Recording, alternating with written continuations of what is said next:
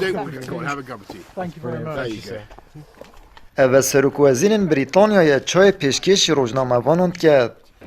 اوه جی سرکوزین دانمارک پایسکل پیشوازی سروک فرانسات کرد. لیل هرما کردستان روش 108 پلا برو واجیه.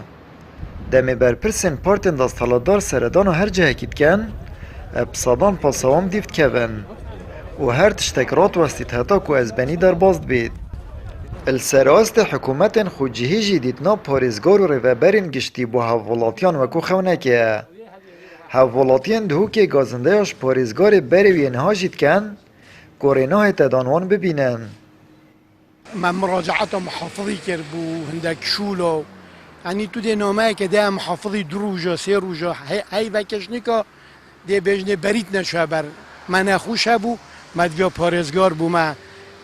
نامه که چکتن بو سفارت ترکی دنگی ویزا چند روزه امگیرو کرین پیسترین خرابترین سیستم یه ولات ما پریوت بتن اف سیستم امرو و خراب کتن یعنی ایکش خلاتیت که فرهات از وگه وجید بیجم تویا کادر لقینه اینو بو کرد بو مدیر مکتب خو چون که کادر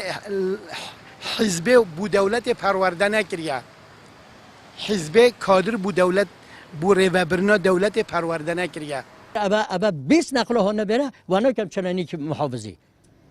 بابا اصل ایرانی با اصل از چه منی محافظی بوشی وانا کچ منی محافظی محافظ مروف منه چون از کره خون یا صبح صبحی نیوز بود و اجداد و نه گرد چه مدد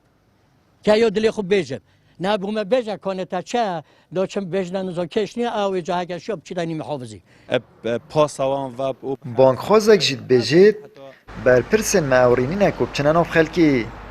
اجبر که دستالات وانش بخمت بازرگانی کرنه وکنه حق خورنا دهات گشتیه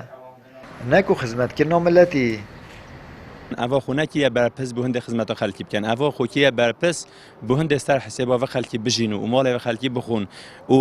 گلک حق و مافد و خلکی خوری اج به هند ده چاش وری و چناف خلکی داش به هند اوزانن چه سر خلکی اینای اوزان چند ماف خلکی خوری اج به هند شان تندنی نبشن ناف خلکی دا او رینی نبشن ناف خلکی دا اگر چه گاوا اوان حق و مافد خلکی دابون بدرستهی و کی دولت دی مثلا امارات بکینن نمونه و دولت دی هر درجه اداره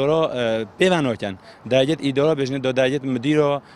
برپرس و وکیل بن هرچی گاوا خلکی گازنده هم شده بود چون که او حق و مافد خلکی خود دنه راتبت و دنه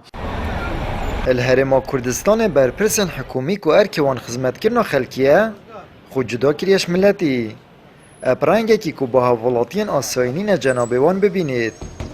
اتهمان دم جدا دستالادار هم بردنگ بلند که خربابون و خوب پیشاندان جماوری کرولالن ملت درد سری و قیران آن نقم بویه او جیل کچکو تلارین خوم جیلی هجمار و حساباتانه آمد بریفکانی کانال آسمانی پیام دهوک